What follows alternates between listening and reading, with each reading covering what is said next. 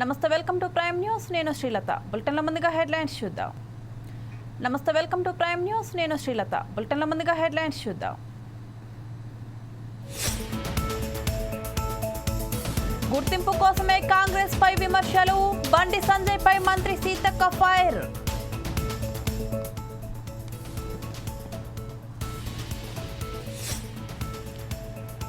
కాంట్రాక్టర్లకు రాష్ట్ర ప్రభుత్వం గుడ్ న్యూస్ పెండింగ్ బిల్లులు చెల్లిస్తామన్న పయ్యావుల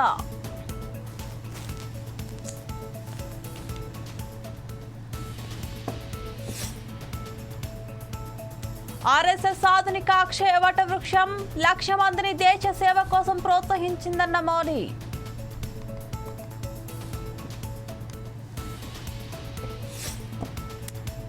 రాష్ట్రంలో సన్నవడ్లకు బోనస్ ప్రకటించాం ఇస్తున్నాం కాంగ్రెస్ సమూల మార్పు తెచ్చిందన్న Uttam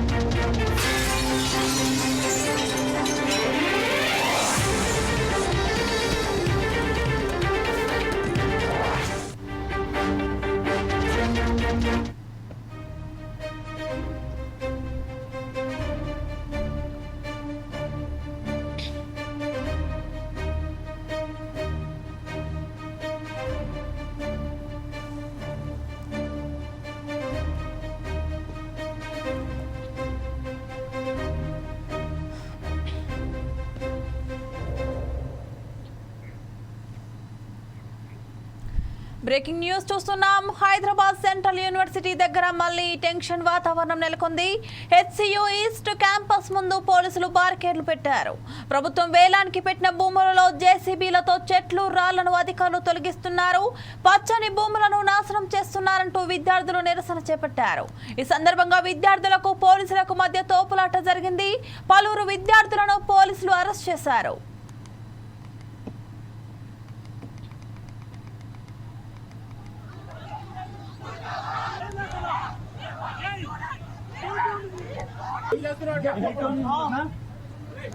Let's just get down. Hey, college.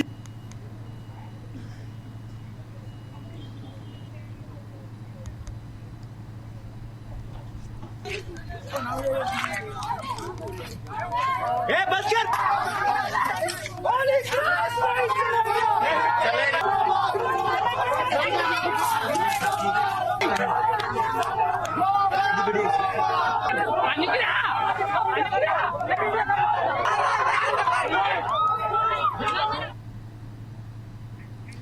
తెలంగాణలో ఇక నుంచి పేదలు కూడా శ్రీమంతులు తినే బియ్యం తింటారని సీఎం రేవంత్ రెడ్డి తెలిపారు. సూర్యాపేట జిల్లా హుజూర్ నగర్ లో సన్న బియ్యం పంపిణీ కార్యక్రమాన్ని ఆయన ప్రారంభించారు. ఈ సందర్భంగా రేవంత్ రెడ్డి మాట్లాడుతూ ప్రతిరోజు పేదలు తెల్ల అన్నం తినాలని కాంగ్రెస్ ప్రభుత్వం ₹90 బియ్యం ఇచ్చిందని తెలిపారు.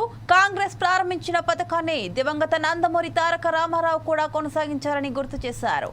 ₹2 కిలో బియ్యం పథకాన్ని అన్న ఎన్టీఆర్ తీసుకొచ్చారని తెలిపారు.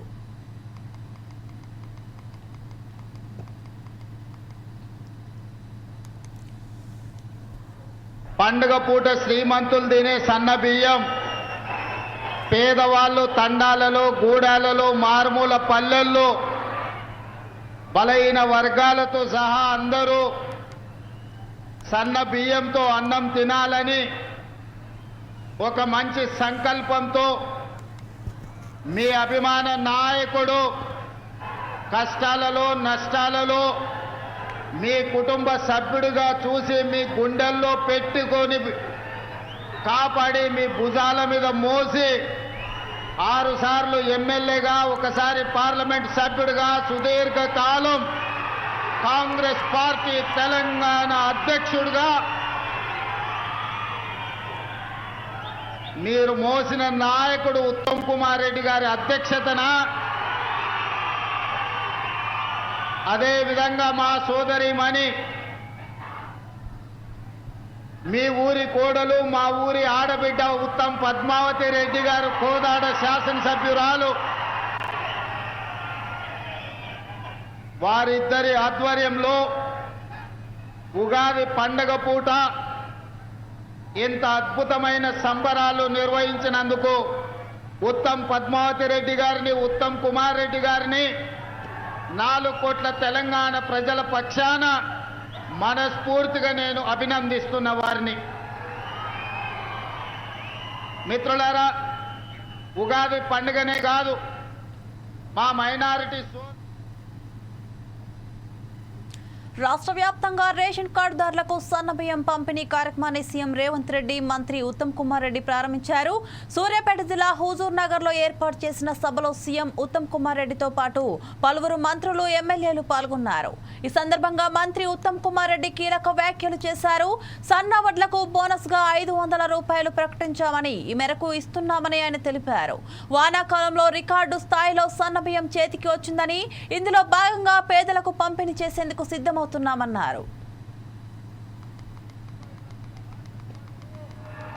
రెండు సన్న బియ్యం 80 నుంచి 85%కి ఉచితంగా వచ్చే పథకం ఏ రాష్ట్రంలో కూడా అమలు కాలేదనే విషయం కూడా నేను మనం చేస్తున్నా.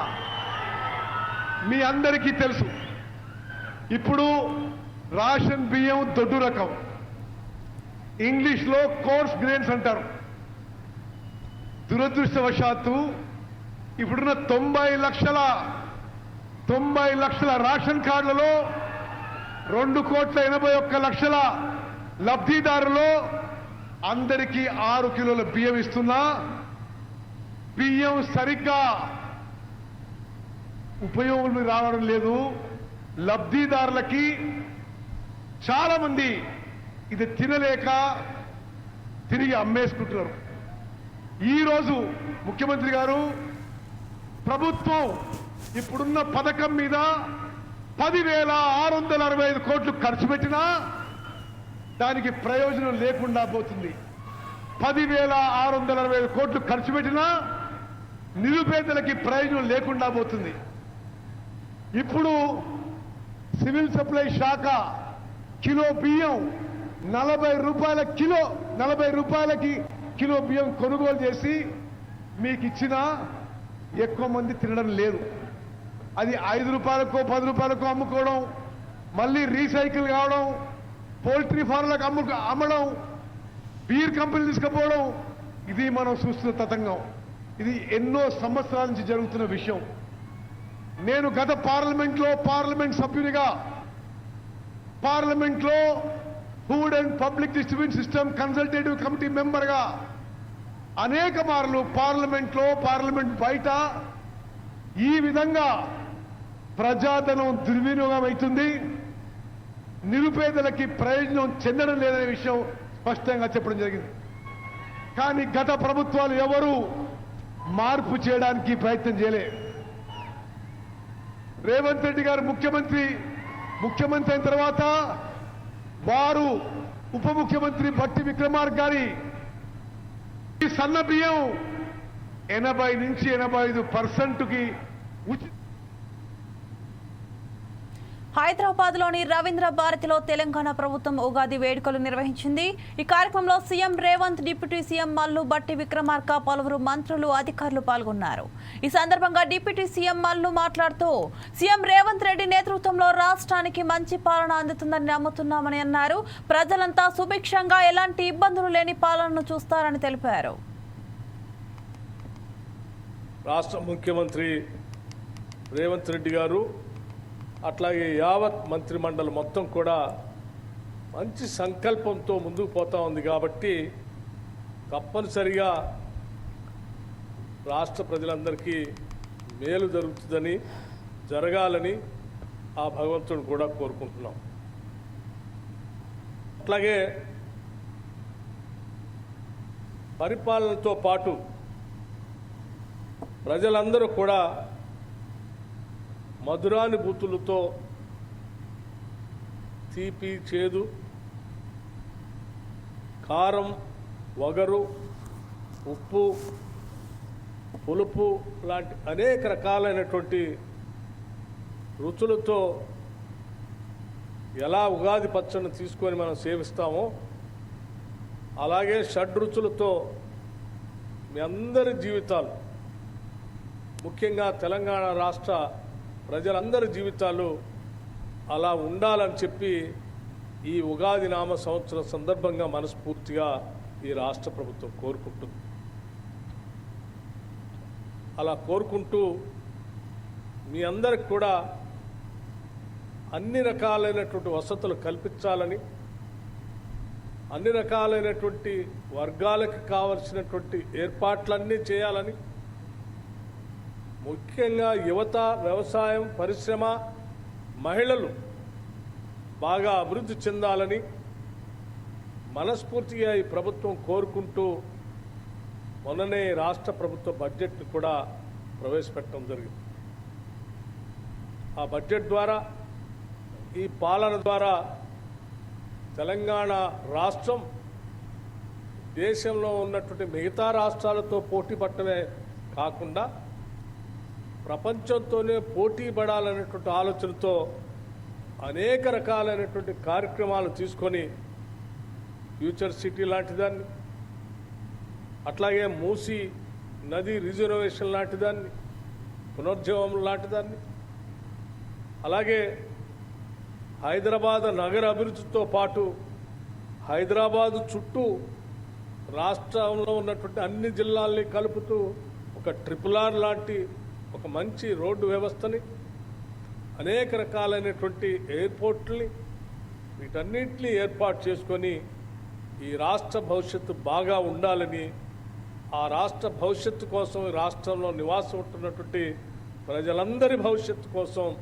ఈ రాష్ట్ర ప్రభుత్వం కట్టుబడి మంచి సంకల్పంతో పనిచేయటానికి ముందుకు పోతున్నామని చెప్పి మీ అందరికి కూడా హృదయపూర్వకంగా మరొకసారి అభినందనలు, ఉగాది అభినందనలు తెలియజేస్తూ, తప్పనిసరిగా ఈ సంవత్సరం సుఖ సంతోషాలతో, అద్భుతమైనటువంటి ఆనందంతో ప్రతి కుటుంబం అభివృద్ధి చెందే విధంగా ఈ ఉగాది మనందరికీ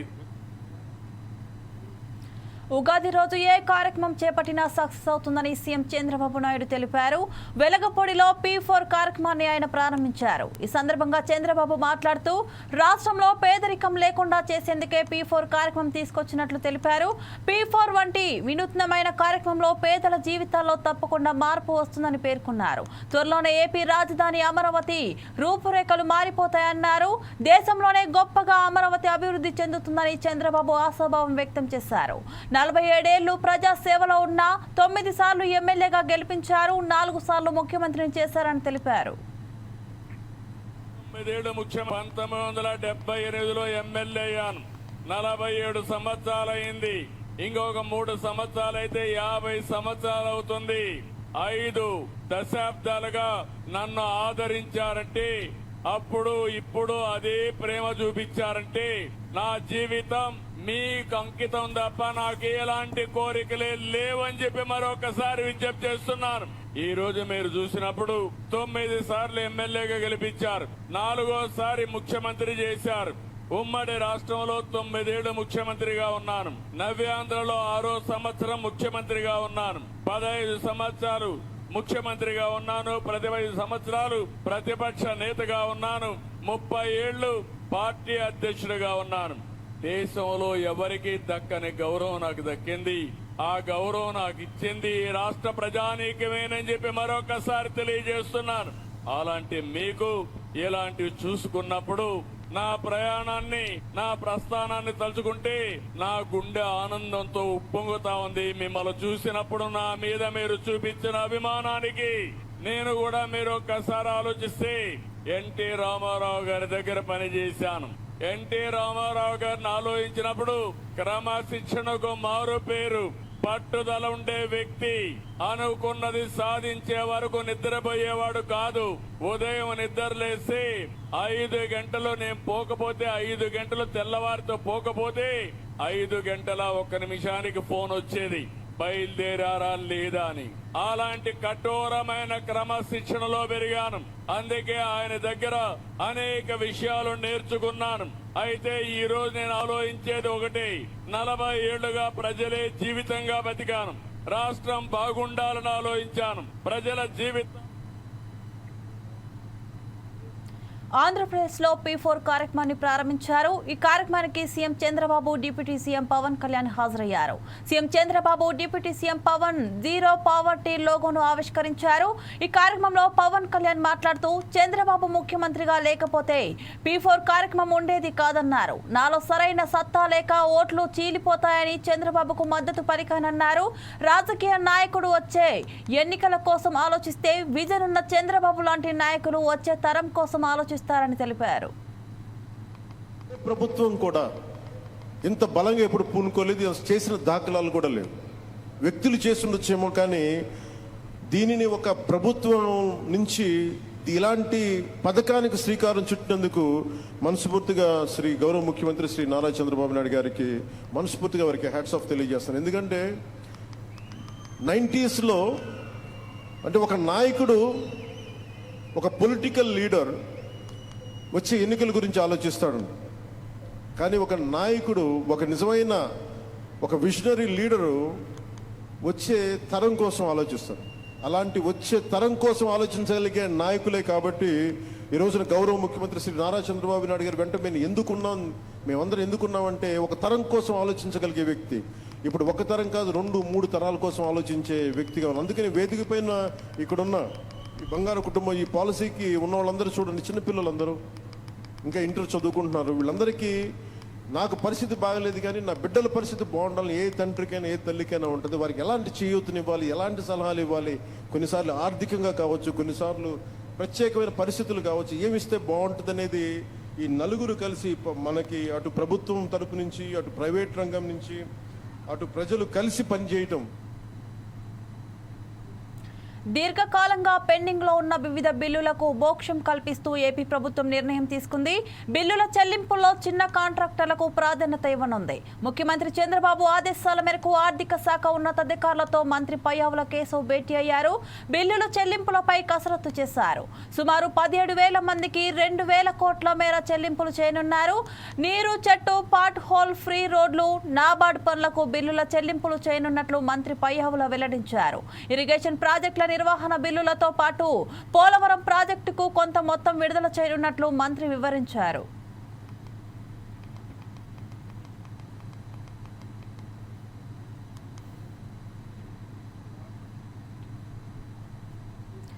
కేంద్ర మంత్రి బండి సంజయ్ పై మంత్రి సీతక్క ఫైర్ అయ్యారు. బీజేపీ అధికారంలోకి వచ్చిన 12 ఏళ్లలో సన్నబియ్యం ఇవ్వాలనే ఆలోచన ఎందుకు రాలేదో బండి సంజయ్ చెప్పాలని ప్రశ్నించారు.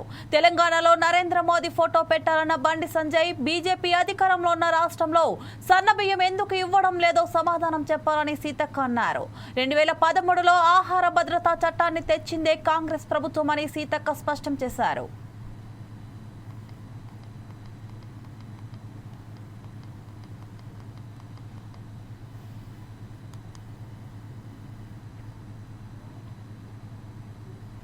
తాడపల్లి వైఎస్ఆర్ కాంగ్రెస్ పార్టీ కేంద్ర కార్యాలయంలో శ్రీ విశ్వావసు నామ సంవత్సర ఉగాది పర్వదిన వేడుకలు ఘనంగా నిర్వహించారు.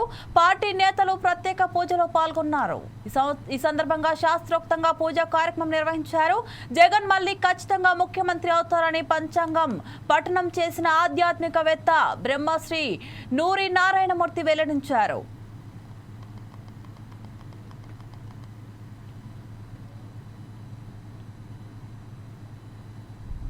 If you built an updates, keep watching 4 Sides TV.